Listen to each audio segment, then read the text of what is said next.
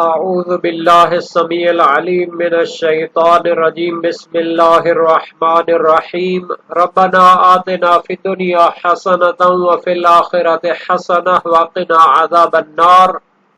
عزیز طلبہ، السلام علیکم ورحمۃ اللہ وبرکاتہ۔ شرح المدوم کتاب حج درس نمبر 234 میں نائب کی حج فاسد ہونے کے احکام پر گفتگو ہونے والی ہے۔ جو شخص نیابتی حج اور اجارے کی حج پہ جاتا ہے، اگر وہ حج فاسد ہو جائے تو اس کے احکام ذکر ہونے والے ہیں۔ تو اس کے بارے میں ہے کہ نائب کی حج کے مجزی اور کافی نہ ہونے کی دلیل پر گفتگو ہوگی۔ حسنہ زرارہ کی دلالت کو بیان کیا جائے گا، روایات کی اقسام اور علم رجال و درایا کی اصطلاحات کے متعلق مختصر گفتگو ہوگی، متعلقہ مسائل اور فروعات کا بھی بیان آئے گا، شہید ثانی کی تحقیقات اور تحلیل بھی پیش کی جائے گی۔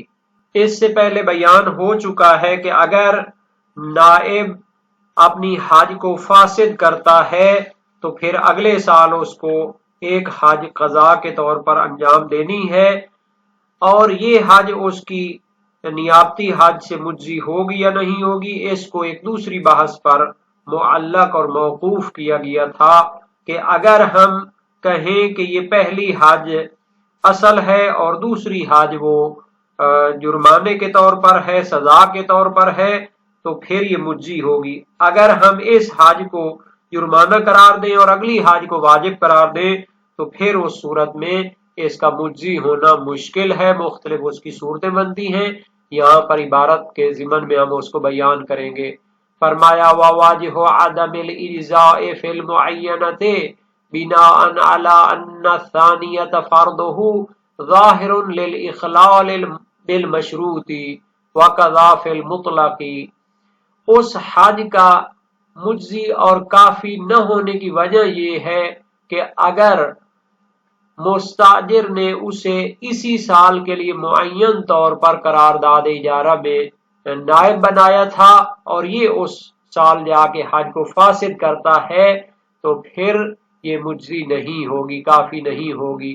اور اس کی بنیاد کیا ہے؟ بناء علی ان ثانیۃ فرضہ، اگر ہم بنیاد یہ قرار دیں کہ پہلی حج جو اس نے فاسد کی ہے وہ جرمانہ اور سزا ہے، اور اگلے سال جو اس نے قضا کے طور پر انجام دینی ہے وہ اس کا اصل فریضہ ہے، تو ظاہر ہے کہ اگر دوسری حج فریضہ ہو تو اس کا مجزی نہ ہونا وہ ظاہر اور واضح ہے، للاخلال بالمشروط، چونکہ اس نے اجارے کے اندر جو حج مشروط قرار دی گئی تھی اسی سال اس نے انجام دینی تھی، اس میں اس نے خلل ڈال دیا ہے، یعنی چونکہ اس پر اسی سال معین طور پر حج انجام دینے کے لیے قرارداد باندھی گئی تھی، یہ جا کر اس کو فاسد کرتا ہے، اور فرض یہ ہے کہ اس کا جو فریضہ ہے وہ اگلے سال والی حج ہے، تو اس نے چونکہ اس سال جس حج کی شرط تھی اس میں خلل ڈال دیا ہے تو یہ پھر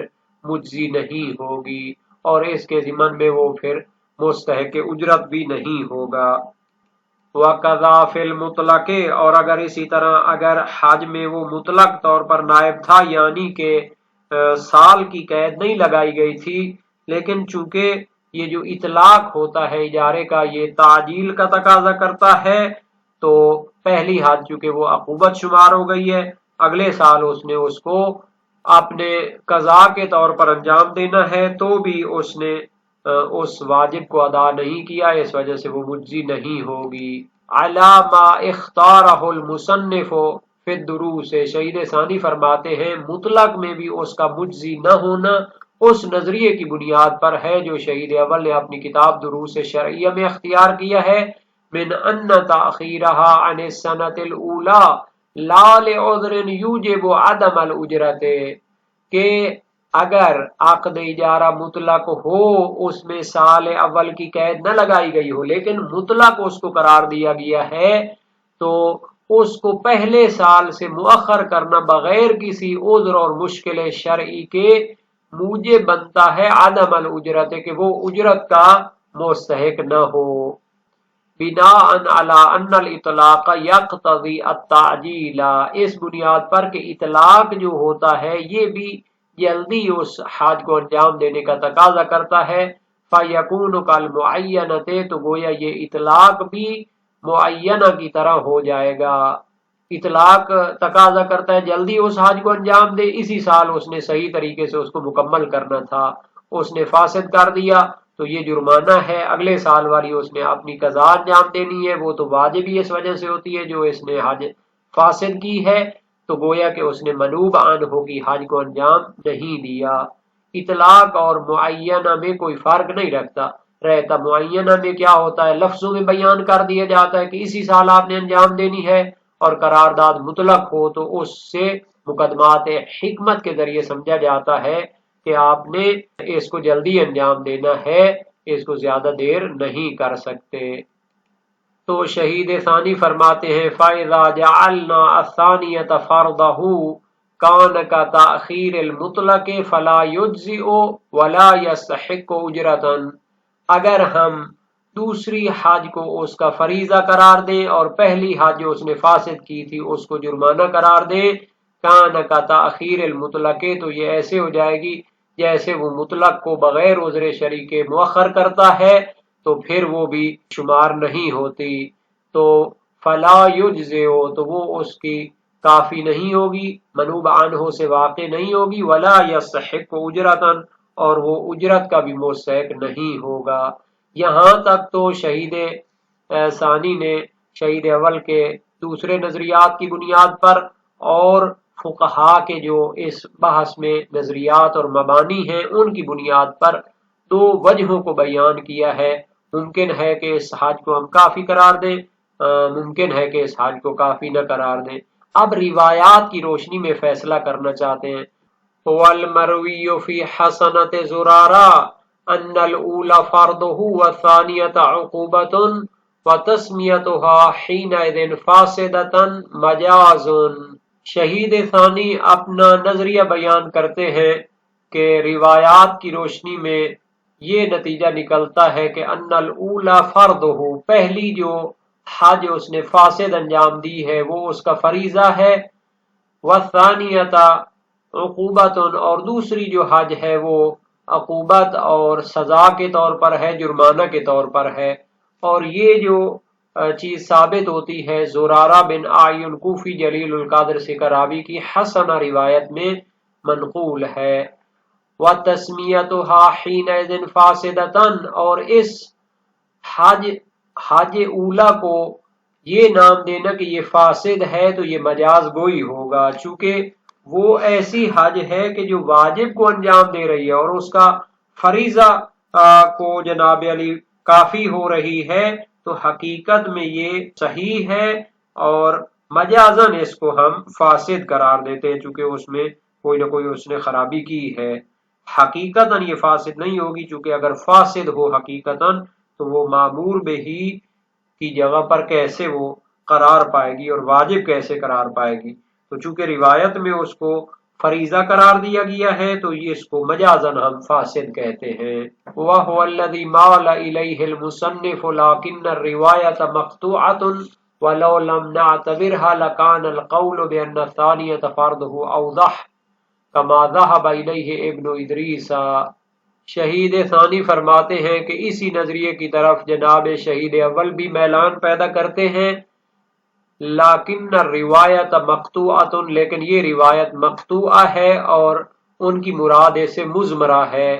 وَلَوْ لَمْ نَعْتَبِرْهَا، اگر ہم اس روایت کو معتبر نہ سمجھیں، لَكَانَ الْقَوْلُ بِأَنَّ الثَّانِيَةَ فَرْضُهُ أَوْضَحُ، تو پھر یہ نظریہ اختیار کرنا کہ دوسری حج جو اس نے بعد میں انجام دینی ہے وہ اس کا فریضہ ہے، یہ نظریہ زیادہ واضح ہوگا۔ کما ذہب الیہ ابن ادریس، جیسا کہ ابن ادریس ہلی اسی نظریے کے قائل ہیں۔ تو ہم نے دیکھا کہ شہید ثانی نے اس بحث میں نتیجہ لینے کے لیے اپنا نظریہ بیان کرنے کے لیے روایت حسنہ زرارہ سے استدلال کیا ہے، اور پھر اس کے مقطوعہ اور مضمرہ ہونے کو بھی فوکس کیا ہے، اس پر توجہ کی ہے، اور اس طریقے سے روایت محور ایک تحقیق ہے۔ تو ہم انشاءاللہ یہاں پر کچھ رجال اور حدیث کی تحقیقات بھی پیش کریں گے۔ سب سے پہلے تو یہ مطلب ہے کہ 40-50 بڑی کتابیں ہیں علم رجال و حدیث کی، درایا کی، جن میں شیعہ بر صغیر کے شیعہ علماء اور فقہا اور محققین نے بڑی بڑی تحقیقات رجال و حدیث کے بارے میں پیش کی ہے، جن میں مشہور چاندے کے نام ہم گنوا دیتے ہیں تاکہ محققین ان کی طرف رجوع کر سکیں۔ علامہ ذیشان حیدر جوادی مشہور محقق تھے، ان کی علم رجال ہے، لکھنؤ اور کراچی سے چھپی تھی۔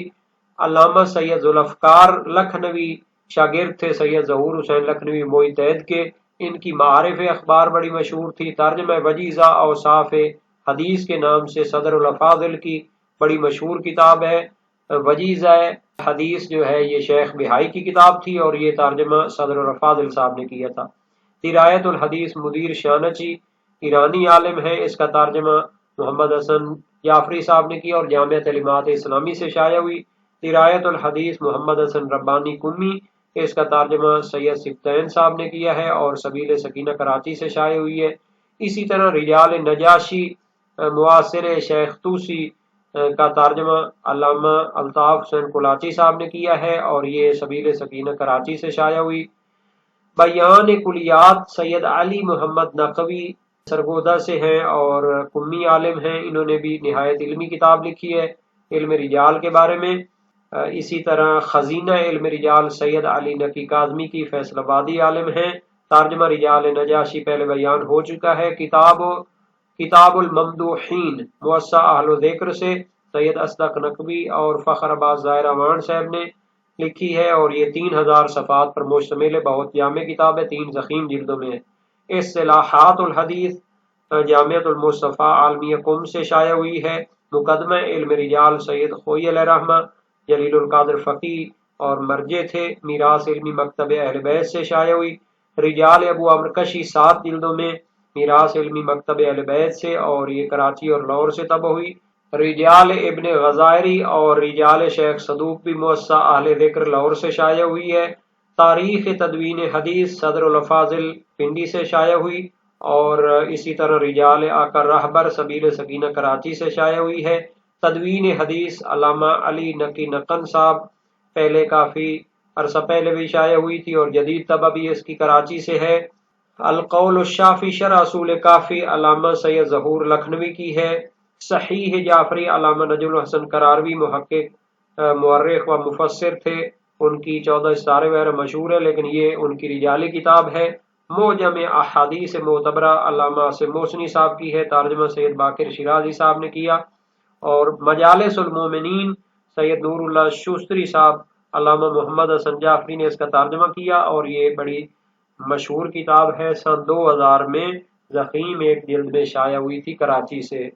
تو یہ ساری وہ رجالی تحقیقات ہیں، یہاں تک ہمیں یاد پڑتا ہے اسی باس میں ہمارے استاد محترم علامہ محقق شیخ اسحاق نجفی صاحب نے احادیث کی قسموں پر بحث کی تھی اور حسنہ، صحیحہ، موثقہ، ضعیف یہ ساری قسمیں بیان کی تھی اور مقطوعہ اور مضمرہ وغیرہ کو بھی بیان کیا تھا۔ ہم نے تمام منابع بیان کر دیے ہیں، اگرچہ علامہ اسحاق نجفی صاحب کے ساتھ ساتھ علامہ سید عباس موسوی صاحب رحمت اللہ علیہ انہوں نے بھی کلاس اس وقت قرار دی تھی جس میں انہوں نے درایہ حدیث کی باتیں تفصیل کے ساتھ پیش کی تھیں اور اس میں اصول الحدیث جعفر سبحانی صاحب کو مصدر قرار دیا تھا۔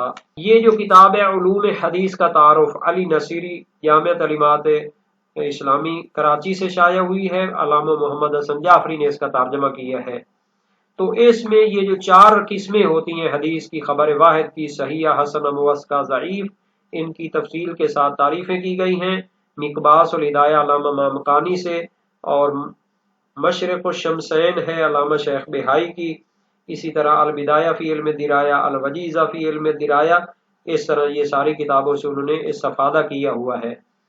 صحیحہ وہ روایت ہوتی ہے جس کے تمام طبقات میں راوی عادل اور امامی ہوں، تو یہ تعریف ہے اس کی۔ حسنہ وہ روایت ہوتی ہے جس میں ایک شرط کے سوا باقی صحیح کی تمام شرائط ہوتی ہیں۔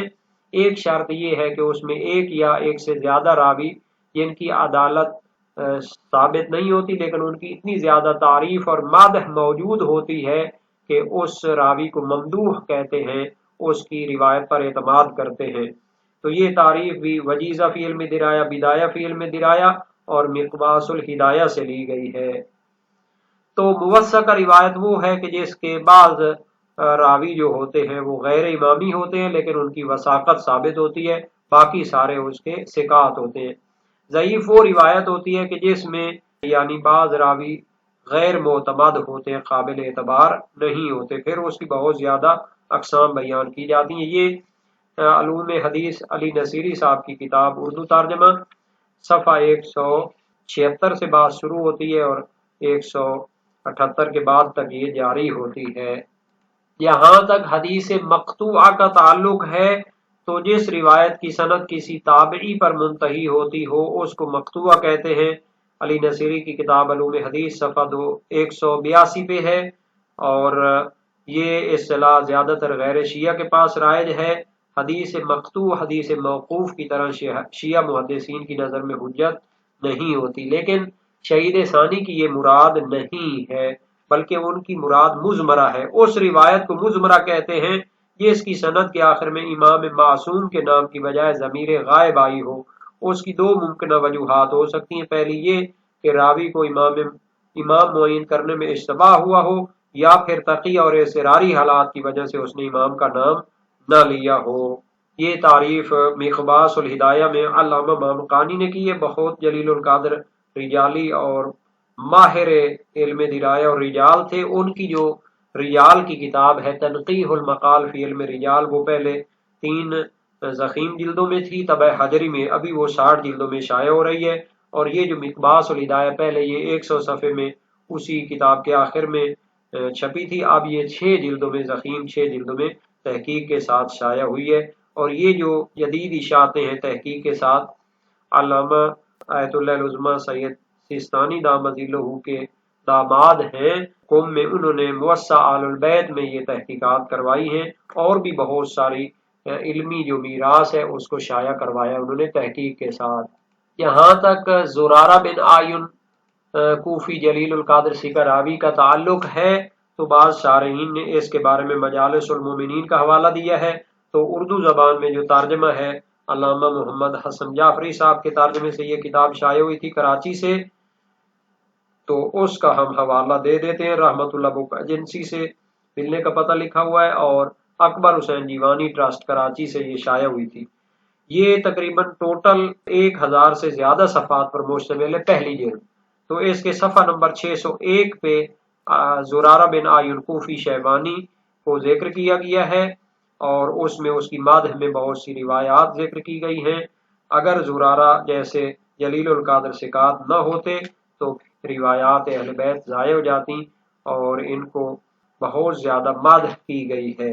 ان کو جنتیوں میں سے قرار دیا گیا، اگر ہم کہیں تو یہ عشرہ مبشرہ ہے شیعہ فقہاء میں سے۔ زرارہ ہمارے اصحاب کے شیخ ہیں، اپنے ہم عصر علماء میں ممتاز حیثیت رکھتے ہیں۔ زرارہ قاری تھے اپنے دور میں، فقیہ تھے، متکلم تھے، ادیب تھے اور شاعر تھے، اور زیور فضیلت و دین سے آراستہ تھے، اور روایت میں صادق اور امین تھے۔ اور یہ جو مزمرہ روایت ہوتی ہے اس کے بارے میں بھی کافی تحقیقات ہیں۔ اگر ہم اس کو اصولی کتاب کا حوالہ دینا چاہیں تو اصول مظفر کے آخر میں اس اصحاب کی باس میں جو روایات زرارہ کی مزمرہ وہاں پر پیش کی گئی ہیں ان کو بھی ہم دیکھ سکتے ہیں، وہاں پر بھی کافی یہ باتیں ہوتی ہیں۔